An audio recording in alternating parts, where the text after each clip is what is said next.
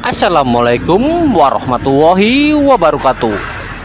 Berjumpa kembali di channel Lambe TV, channel yang memberikan berita artis ternama dan terupdate. Hari ini ada berita artis nasibnya ajudan pribadi yang dulunya seorang pemulung dan direkrut oleh seorang bos besar karena kejujurannya. Namun kini dirinya terjerat kasus penipuan.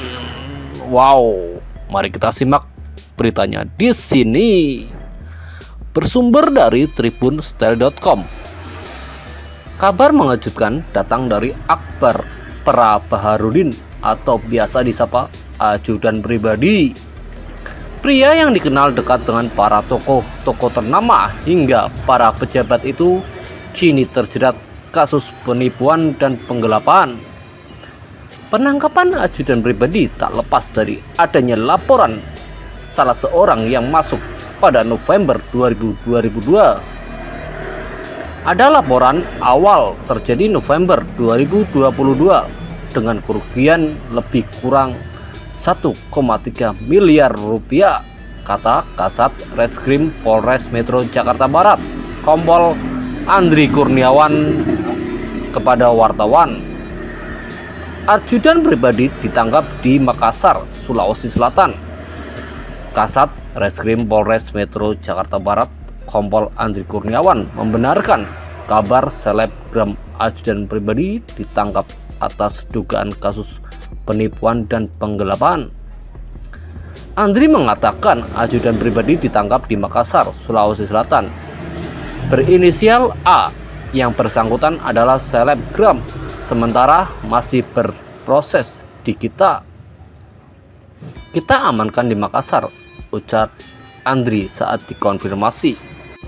Andri menambahkan, kasus dugaan penipuan yang menjerat ajudan pribadi berawal dari laporan korban pada November 2022.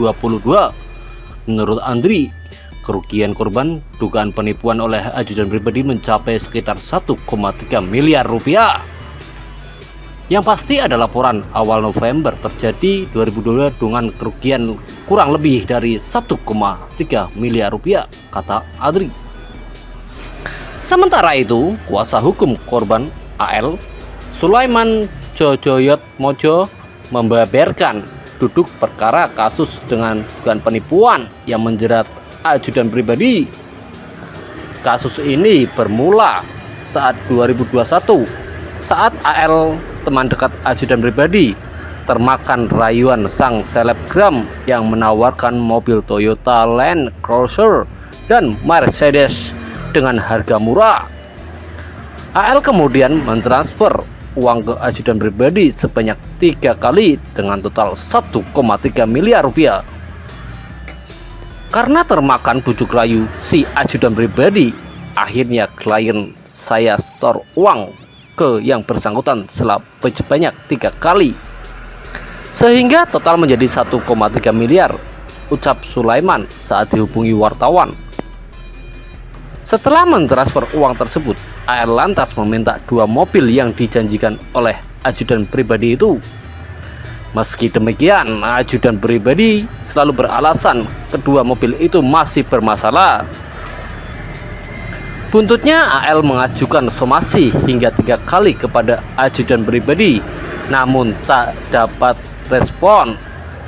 Karena tak kunjung ada itikat baik dari ajudan pribadi, AL pun melaporkan dugaan penipuan yang dilakukan sang selebgram ke kepolisian.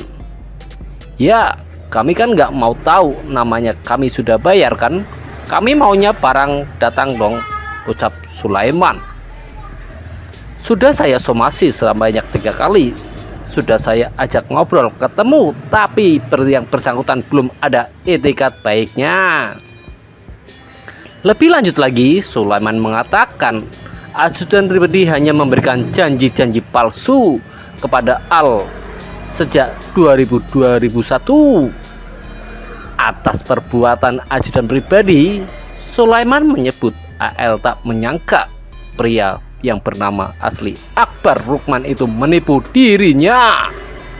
Lantaran itu, Menurut Sulaiman, ajudan pribadi dan AL adalah teman lama. Makanya kami polisikan, soalnya cuma janji-janji aja, ucapnya. Antara ajudan pribadi dengan klien saya memang sudah berkawan lama, ucap Sulaiman. Hingga saat ini, kabarnya uang 1,3 miliar tersebut belum dikembalikan oleh ajudan pribadi kepada AL. Rekam jejak karir ajudan pribadi. Melihat kasus yang menjeratnya, tentu sangat bertolak belakang dengan cerita ajudan pribadi saat menjadi bintang tamu di podcast Denny Cagur selama 3 tahun silam. Saat itu, ajudan pribadi mengaku direkrut sebagai ajudan oleh seorang pengusaha karena kejujurannya.